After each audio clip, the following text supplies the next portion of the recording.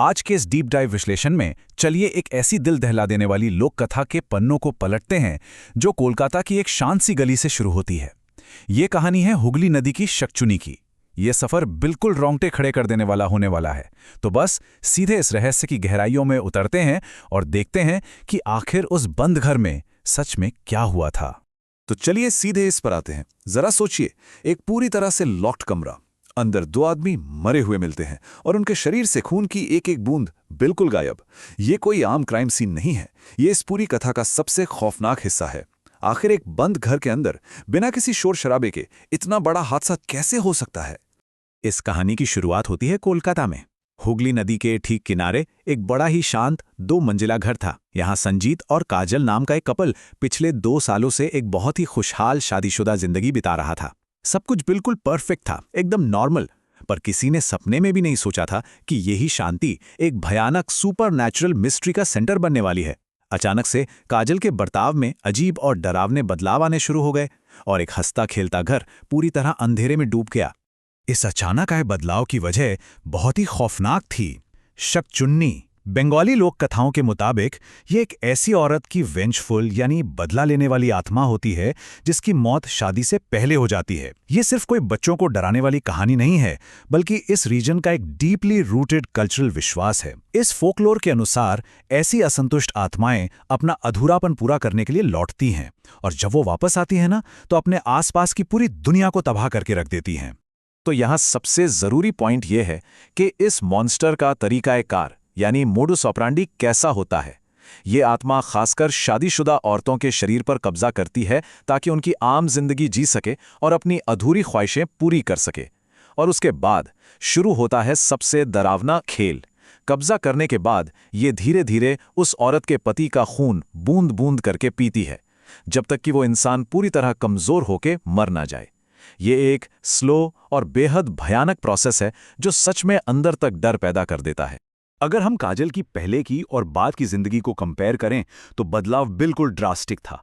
एक तरफ वही शांत काजल थी जिसे मछली खाना बिल्कुल भी पसंद नहीं था, और दूसरी तरफ पोजेशन के बाद उसके घंटों बैल्कनी में खड़े रहकर हुगली नदी के काले पानी को घूरना जैसे किसी से बातें कर रही हो। उसने रोज लाल साड़ी पहनना शुरू कर दिया और उसके हाथों में सफेद शंख की चूड़ियां हर वक्त खनकने लगीं, जो कि फोकलोर के हिसाब से पोजेशन का एकदम टेक्स्ट बुक सिम्टम है। और सबसे अजीब बात, अचानक से उसे कच्ची मछली खाने की बहुत ही ज्यादा तलब होने लगी थी। संजीत की डर की टाइमलाइन कुछ इस तरह बढ़ी। पहले दिन संजीत सोकर उठता है और देखता है कि उसके कंधे पर एक गहरा अजीब सा दांतों का निशान है जिसका कोई एक्सप्लेनेशन ही नहीं था। फिर दूसरे दिन रात के अंधेरे में किचन से कुछ चबाने की अजीब सी आवाजें आने लगी। और तीसरे दिन फाइनली एक भयानक हमला होता है।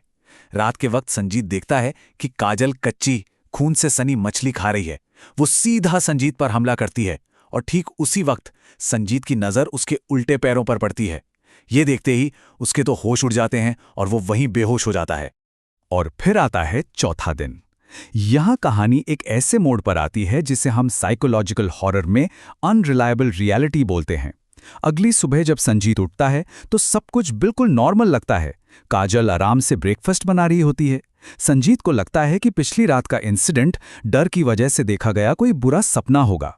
लेकिन तभी वो किचन में जाता है और देखता है कि फ्रिज से ठीक 4 किलो कच्ची मछली गायब है। 4 किलो! यहां सपने और सच के बीच की लकीर पूरी तरह मिट जाती है। अब डर सिर्फ दिमाग में नहीं था, सबूत ठीक सामने थे। तो बिना एक भी पल बर्बाद किए संजीत मदद के लिए सीधा शोभा बाजार के एक पुराने और काफी अनुभवी तांत्रिक के पास पहुंचा।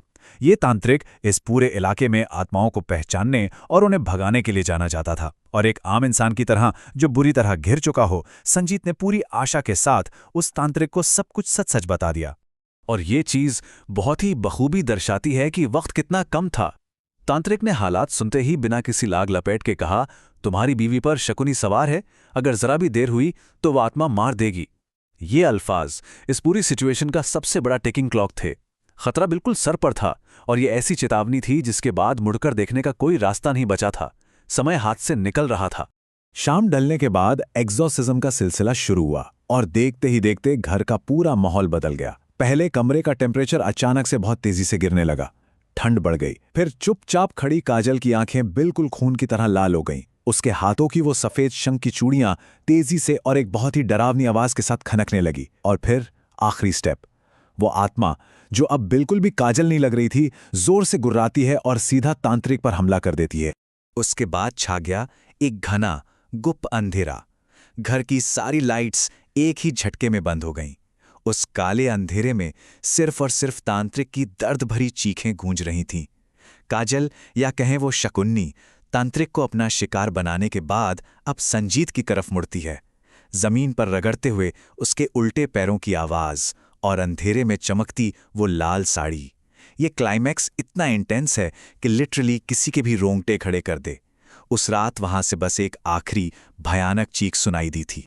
अगली सुबह जब पुलिस ने उस घर का दरवाजा तोड़ा तो वही भयानक मंजर ठीक सामने था जिसका जिक्र हमने शुरू में किया था। संजीत और तांत्रिक दोनों की लाशें जमीन पर पड़ी थीं। उनके शरीर पर दांतों के बहुत ही गहरे निशान थे, पर सबसे खौफनाक बात क्या थी? उनके शरीर पूरी तरह सफेद पड़ चुके थे। पूरा का पूरा खून निचोड़ा जा चुका था, एक बूंद भी नहीं बची थी। और इन सब के बीच काजल का वहां दूर दूर तक कोई नामो निशान नहीं था। अब इस स्लाइड के बारे में जो सबसे दिलचस्प और डरावनी बात है वो ये है कि पड़ोस में रहने वाली 70 साल की मिसेस चैटर्जी ने उस रात का पूरा मंजर देखा था।